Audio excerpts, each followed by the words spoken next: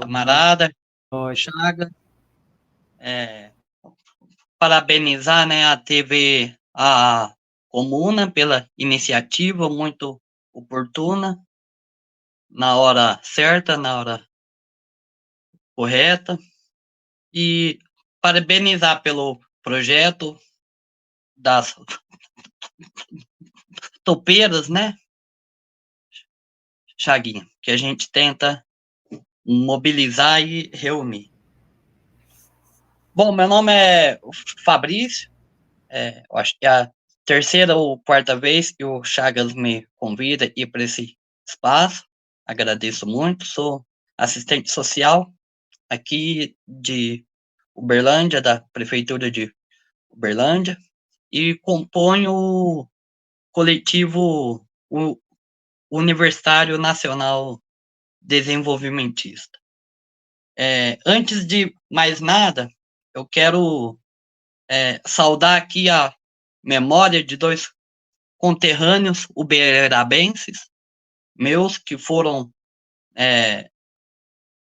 participantes dos movimentos de resistência, inclusive armada, contra a ditadura, que foram presos, sequestrados e mortos. O Gildo Macedo Lacerda e a segunda, Valquíria Afonso Costa, que infelizmente até hoje a família não teve acesso ao corpo, não foi entregue à família.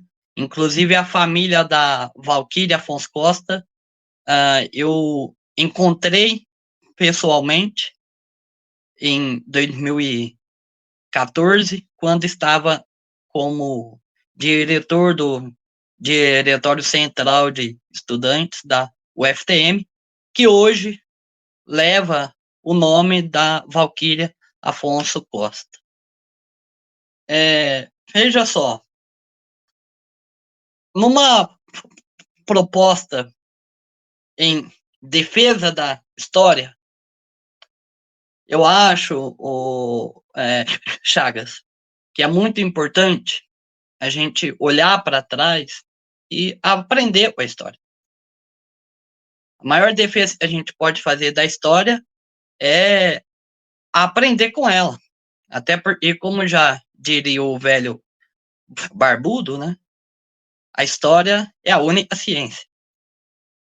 Então, assim, eu quero abrir uma divergência e com o meu professor, né, Sérgio Lessa, que forma também muitos assistentes sociais, como eu acho que não dá mais para a gente ficar avaliando governo a governo. Eu quero abrir uma discordância aqui com ele. Acho que é muito pouco. E acho que é um equívoco a gente continuar com essa narrativa ou com essa análise de que o governo Lula 3 é uma continuação do governo Bolsonaro, como se fosse diferente dos governos Lula 1 e 2, e como se alguma novidade estivesse ocorrendo. Os governos Lula 1 e 2 retiraram direitos trabalhistas, previdenciários, privatizaram, né, a saúde, educação, tanto quanto qualquer outro, e tanto quanto agora. Não tem a menor diferença. A questão não é essa. O que eu quero propor aqui é que a gente analise os 60 anos, não os 4 anos de agora, os 2 anos vigentes. A gente tem que olhar para esses 60 anos. Ou, na verdade, até mais. Um pouco mais. Quero, inclusive, até fazer aí uma ponderação à fala de uma camarada aqui, Eu quero recordá-la de e em 62, o Brizola armou, sim, a população do Rio Grande do Sul. Deu armas, distribuiu armas à população para resistir ao golpe. E aí, Chagas, eu quero propor uma reflexão, uma análise dos 60 anos, inclusive a partir de uma categoria cunhada por um outro mestre do serviço social brasileiro, é o professor José Paulo Neto, nesse livro aqui, ó, de ditadura e serviço social. Nesse livro aqui, o professor José Paulo Neto cunha o conceito de contra-revolução preventiva. Essa é uma categoria fundamental para a gente compreender o Brasil após a ditadura militar. Então, é fundamental a gente compreender. A gente fazer a leitura de que a ditadura militar, né, ela foi gestada desde Getúlio, inclusive, por uma análise científica, ou seja, histórica, da burguesia, que é a de que o desenvolvimento econômico, desenvolvimento industrial, produz a classe que destrói o capitalismo. E o desenvolvimento que o Brasil experimentou a partir dos governos de Getúlio permitiu, formou, produziu a geração que resistiu à ditadura. E a burguesia sabia disso. Quem não aprende com a história somos nós. A burguesia sabe disso, sabia agora como sabia em 1840 na Alemanha, na França em 1870. A burguesia sabe disso já tem 2 séculos. A gente que não sabe disso ainda. Apesar de já estar escrito há 200 anos atrás, por um jovem de 30 anos, na época. Então, essa foi a primeira contra-revolução preventiva. Foi a força, o uso da força. E a segunda, camaradas, é o amor, né? É o governo do amor. Essa é a segunda contra-revolução preventiva. Então, eu quero ir primeiro fazer uma afirmação. O atual governo Lula não é continuidade do governo Bolsonaro. Ele é expressão do acordo realizado após a ditadura militar para derrotar 2 sujeitos coletivos que a burguesia brasileira associada com o imperialismo sempre agiu para derrotar. 2 sujeitos coletivos organizados. O movimento trabalhista brasileiro e o movimento comunista, que é o movimento da classe operária revolucionária. E o movimento da burguesia desenvolvimentista, progressista, que avançou na sua compreensão, na sua ciência, entendendo que o desenvolvimento por si só não combate as desigualdades sociais, a partir de estudos realizados por Celso Furtado e companhia, e que avançou com o Jango no sentido de distribuir renda e terra. Vejam, segundo as investigações, segundo a Polícia Federal, o assassinato de Marielle Franco se deu porque ela estaria se contrapondo a um processo de centralização fundiária no Rio de Janeiro. E o golpe contra Jango se deu para evitar o programa de reforma agrária que ele defendeu. Não é expressão de 4 anos, de 2 anos atrás. É a mesma história. É a história se repetindo. Como já diria o não velho barbudo, porque quando Marx disse isso, ele ainda era jovem. Ele não tinha barba ainda. Então, é desse prisma que a gente tem que olhar. A gente tem que ver, a gente tem que ler e compreender o Brasil.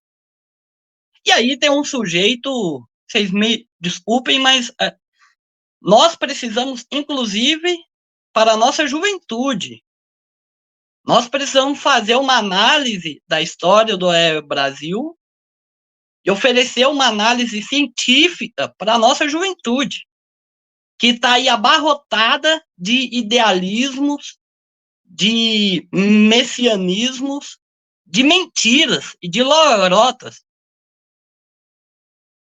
sobre o que foi o Partido dos Trabalhadores e o senhor Luiz Inácio. A relação do senhor Luiz Inácio com os militares, com o Partido Fardado, ela não cheira bem. Desde sempre. Desde o acordo na saída da ditadura, e aí, hoje,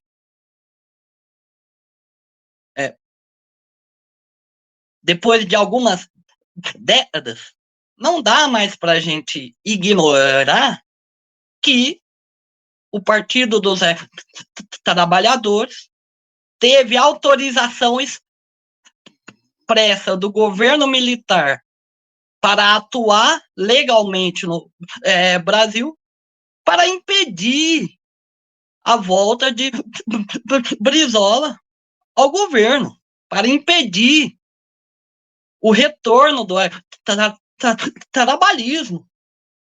A eleição de Brizola, em 89, seria uma derrota para a ditadura militar, que se instalou no Brasil contra ele, contra o programa que ele e os seus camaradas defenderam e implementaram no Brasil.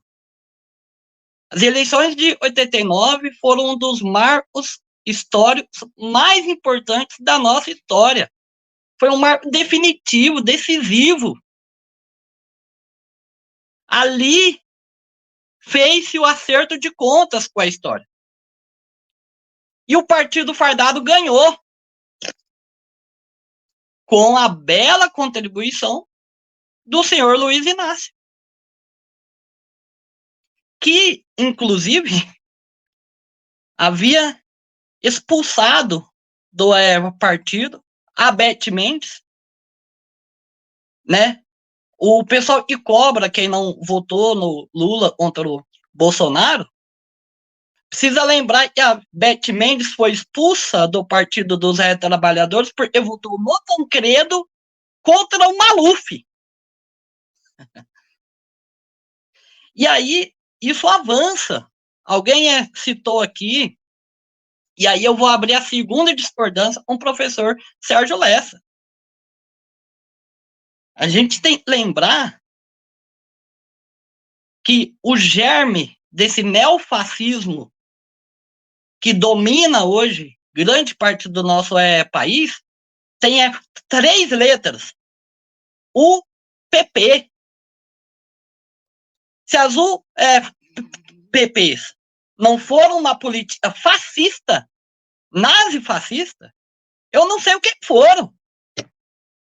Uma política nazista.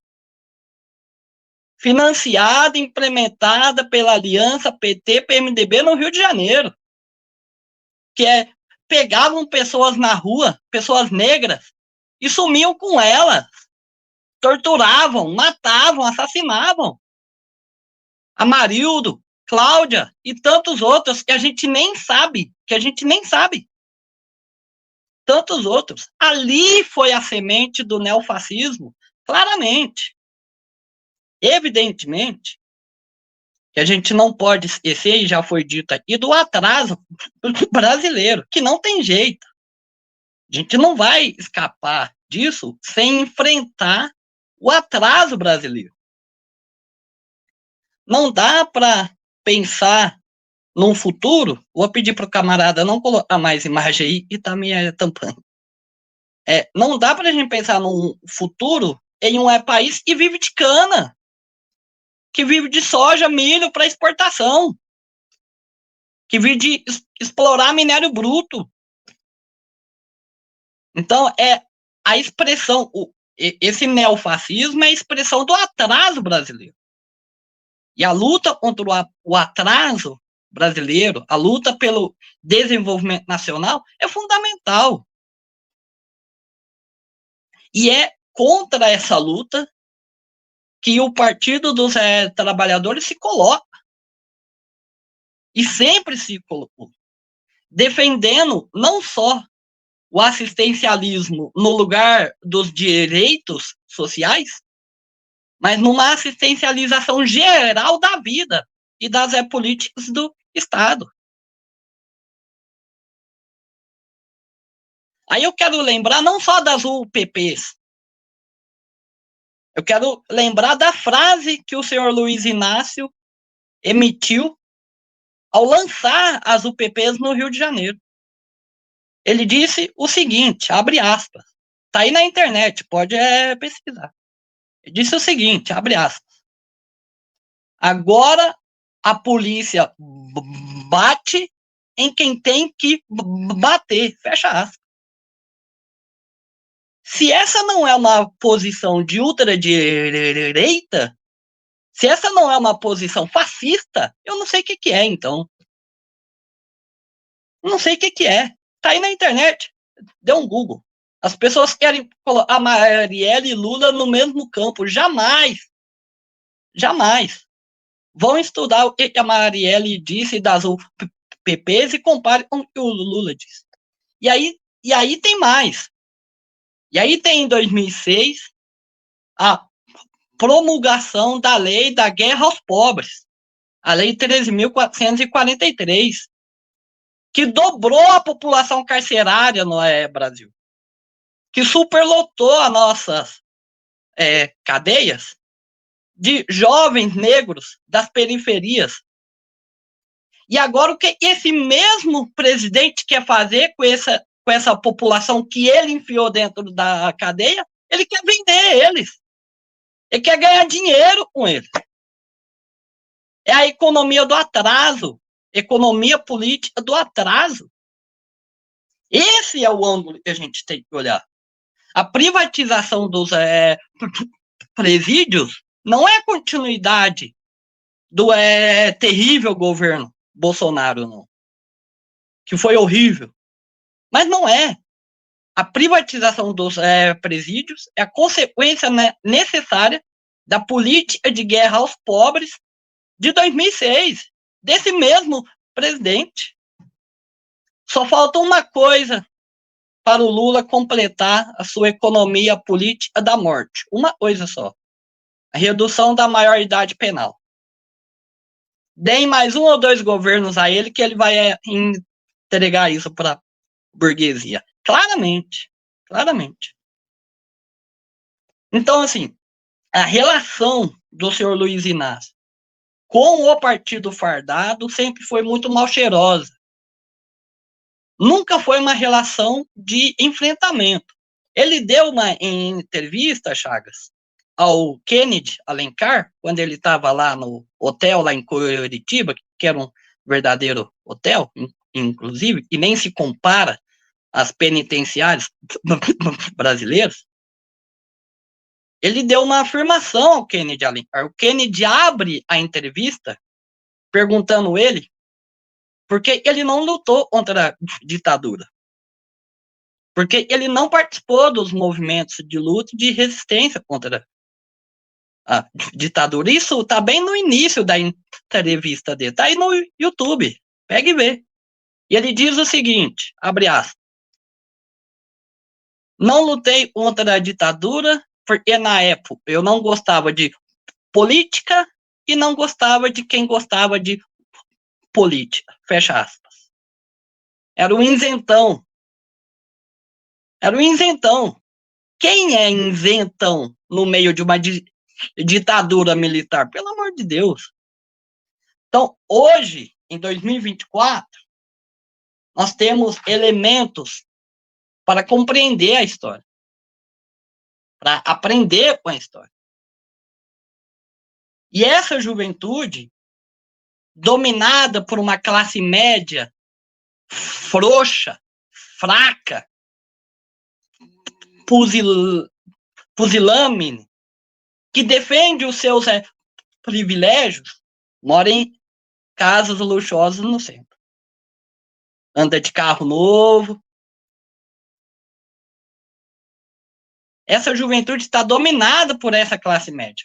E aí, Chagas, eu acho que a gente precisa fazer um debate aqui sobre o que é a esquerda brasileira hoje. Urgentemente. E a gente precisa superar isso. E aí, para concluir,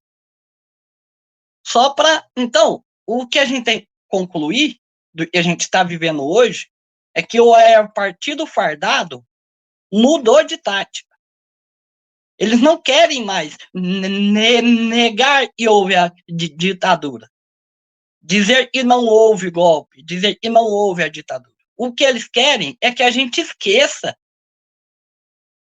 Eles estão mudando de tática, da negação para o apagamento da história.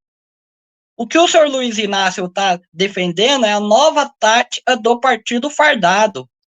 Esquecer a história. Mas o que ele quer não é só que a gente esqueça da ditadura, não. Ele quer que a gente se esqueça de João Goulart, de Jango, de Brizola, de Darcy Ribeiro, que foram capazes de fazer o que ele não é capaz. Ele quer que a gente se esqueça que é possível fazer diferente, que é possível fazer muito mais, que é possível enfrentar como Brizola enfrentou em 62. Ele quer que a gente se esqueça que o Getúlio deu um tiro no coração dele para defender o povo brasileiro. É isso que ele quer que a gente se esqueça. Não é só dos torturados, dos mortos, que ele quer esquecer, que já sofreu. Quem já sofreu, sofreu e acabou. Olha o nível de frase que esse homem fala. É um nível muito baixo, mas é compatível com a miséria brasileira. Essa economia miserável que a gente tem, essa economia política, ele é a expressão romântica dessa miséria que é a economia política brasileira, que ele, inclusive, ajudou muito a produzir. Então, eu quero concluir com as palavras que um mineiro como eu, conterrâneo meu, Tancredo Neves, emitiu em 64, em resposta a essa gente que quer que a gente se esqueça do golpe de 64, que a gente se esqueça da ditadura militar e que a gente aplauda privatização de presídios, guerra aos pobres e tantas outras políticas neoliberais. As palavras são as seguintes, de Tancredo Neves. Canalhas! Canalhas! Boa noite. Jamais se esquecer para jamais repetir. Obrigado, gente.